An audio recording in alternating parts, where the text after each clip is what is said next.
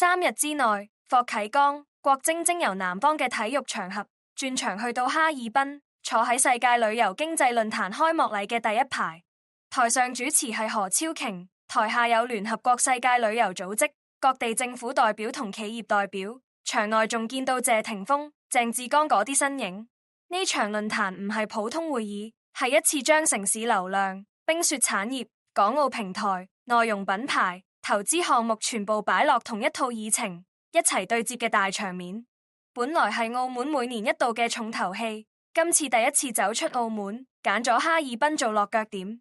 世界旅遊經濟論壇黑龍江2025喺12月16號喺哈爾濱開幕，由黑龍江省人民政府同世界旅遊經濟研究中心聯合主辦，澳門特區政府係創始單位，聯合國世界旅遊組織係夥伴單位，黑龍江省文旅廳同哈爾濱市政府負責承辦。呢個唔係一個地方自己搞嘅行業年會，而係國際組織、國家部委、省市政府同企業一齊上台傾事嘅規格。開幕當日，嚟自24個國家同地區，超過1200位嘉賓到場，名單入面有唔少係各國文旅部門負責人、國際行業組織代表，亦有幾多個省區市領導同中外企業代表。呢類會核心目的通常得兩樣嘢：第一，講清楚大方向；第二，將合作落實到地。如果淨係揀一樣重點嚟睇，就係4隻字：項目、資金。論壇主題係新質生產力，世界旅遊經濟新引擎。擺反入文旅語境好易理解，旅遊唔再係鬥景點、鬥平價咁簡單，而係開始鬥科技、鬥內容、鬥體驗、鬥服務鏈條，最後鬥邊個可以將一時爆紅變成長期產業。點解今次論壇要喺哈爾濱開？因為佢想將冰雪正式升級，變成全球都識得嘅城市資產。開幕禮現場，聯合國世界旅遊組織向哈爾濱頒授世界冰雪旅遊卓越城市證書。同一批報道仲提到，世旅組代表亦向哈爾濱頒發冰雪旅遊發展卓越引領獎，並同哈爾濱市政府簽署冰雪旅遊研究報告合作協議。兩件事加埋一齊睇，意思好清楚，唔係淨係俾你一個名銜咁簡單，而係將你放入一個長期研究同合作嘅框架度。開幕禮台上嘅權力結構都寫到好白，全國政協副主席、論壇大會主席何厚監致辭，黑龍江省委書記許勤致歡迎辭，聯合國世界旅遊組織秘書長祖拉布發言，黑龍江省省長梁慧玲同論壇副主席兼秘書長何浩瓊一齊主持。呢個陣容擺出嚟，即係話何浩瓊唔係嚟撐場，而係坐喺台上親自推動成個會向前行嘅嗰個人。何浩瓊喺開幕禮上講咗幾個關鍵點，論壇由澳門移師黑龍江係一個里程碑，澳門過去係論壇嘅基石，而家要開啟一個互聯互通新篇章，並且提出用澳門連接東西方呢個角色，搭加黑龍江通往東北亞重要門戶嘅位置，組成一個雙門戶平台。呢啲說法唔係得個口號，而係畫咗條路線圖，澳門負責國際接口，黑龍江負責東北亞方向嘅通道功能。中間就用論壇做橋樑。點解可以由佢嚟做呢座橋？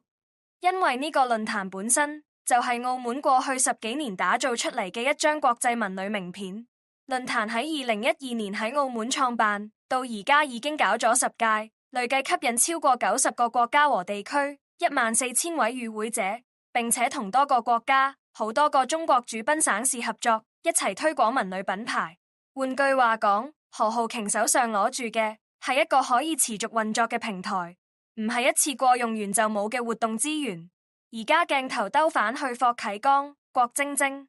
佢哋喺哈爾濱連續幾日現身，開幕禮坐喺第一排呢個細節好值得留意，因為座位本身就係信號，佢哋唔係路過打卡，而係被安排喺視線正中央嗰一批人。霍啟剛今次喺官方訪問入面，將自己定位講得好清楚，佢以中國香港體育協會暨奧林匹克委員會副會長身份接受訪問，提到自己同冰雪結緣，仲特別講要俾世界認識哈爾濱。佢仲講自己至少嚟過哈爾濱7次，提到今年2月哈爾濱舉辦第9屆亞冬會，仲有冰超聯賽對帶動市民參與嘅作用。呢啲說法唔只係一般旅遊推介咁簡單。如果你將霍啟剛嘅背景放埋一齊睇，佢喺香港係體育、演藝、文化及出版界功能界別嘅立法會議員，同時喺香港奧委會體系入面擔任重要職務。體育、文化、旅遊本身就係天生綁埋一齊。冰雪城市最常見嘅打法就係用賽事拉人流，用活動拉消費，用內容拉曝光，最後要靠基建同服務先至留得住人。霍啟剛喺呢啲場合出現，本質上就係將點樣由體育資源轉成旅遊經濟講得更具體，等於幫哈爾濱補完整套故事。郭晶晶喺度發揮嘅作用就更加直接，佢唔需要講好多說話，佢出現本身已經可以大大提高傳播效率。原因好簡單，奧運冠軍自己就帶有辨識度，公眾信任成本低，鏡頭永遠肯俾。對一座城市嚟講，想將冰雪體驗推到更大範圍，最驚傳播跑偏，或者話題變成負面爭議。郭晶晶呢一類型嘅公眾人物，可以將風險壓到最低，令曝光穩定喺正向，可複製嗰個區間。佢坐喺第一排，鏡頭切到佢個樣，其實就已經幫成個會做咗一次可控嘅傳播。之後輪到講謝霆鋒，佢今次嘅角色係分享品牌理念，講點樣用美食去串聯旅遊。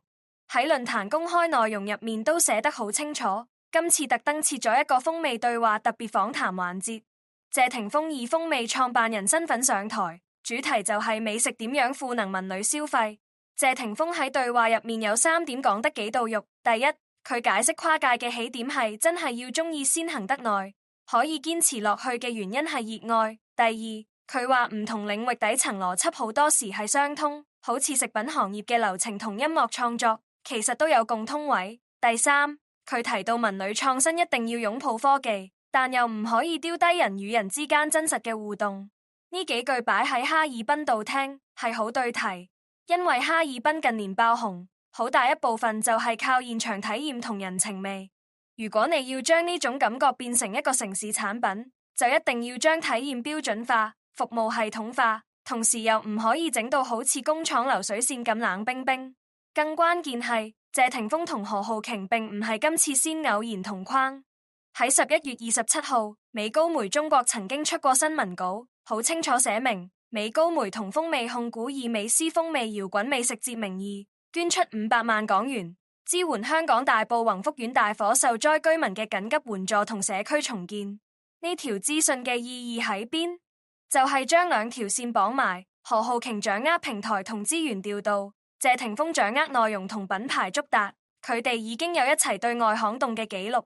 今次兩個人再喺哈爾濱同一個論壇同場出現，就更加似係同一套資源網絡喺唔同城市落位。跟住係鄭志剛，佢會喺論壇連續幾日出現，分享自己嘅睇法。論壇官方同黑龍江省文旅廳嘅資料都將佢定位寫得好清楚，全國政協委員 K11。BAC 集團創辦人兼執行主席，香港上合發展創辦人兼執行主席。喺論壇相關報道入面，佢嘅核心觀點都被抽出嚟。哈爾濱具備打造成世界級文旅目的地嘅基礎條件，未來要深挖文化底蘊，講好中國故事，對接一帶一路，打造更有國際吸引力嘅城市 IP。講到鄭志剛，其實最需要聽明白嘅得一點，佢出現代表論壇唔只係講點樣引流，仲係講點樣落資。今次論壇除咗主會場議程之外，仲有融資大會、招商引資對接、項目路演等等環節。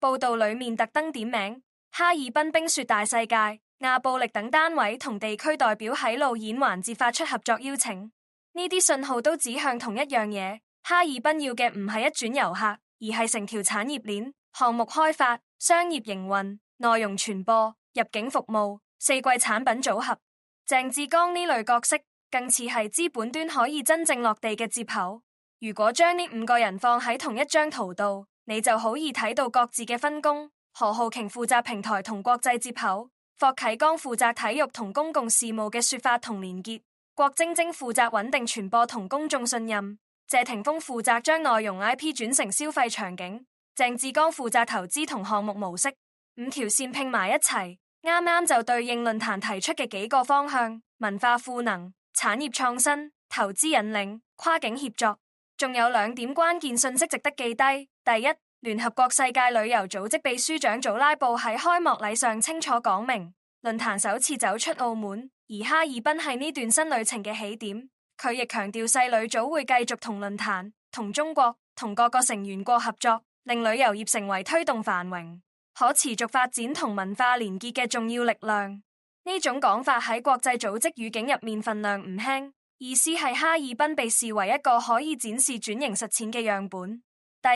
二，論壇現場對哈爾濱嘅成功路徑亦俾咗示範說法。中國日報等報道直接提到，哈爾濱透過冰雪大世界、太陽島雪博會等項目吸引全球關注，重點係將冷資源變成熱經濟，唔係得幾個景點咁簡單，而係項目加活動加服務加傳播一齊做，先可以將冬天嘅流量變成全年度嘅現金流。將以上呢啲資訊合埋一齊睇，其實好清晰。霍啟剛夫婦出現，唔只係幫手增曝光，而係將體育同冰雪城市呢條線放入國際議程。何浩瓊將澳門10幾年累積嘅平台帶到哈爾濱，做一次雙門戶概念嘅公開試運行。謝霆鋒用風味 IP 去示範美食點樣成為目的地體驗嘅入口。鄭志剛就用文化商業加城市 IP 去講點樣將項目變成長期資產。會場入面同時做緊授牌、簽合作、搞招商、跑路演，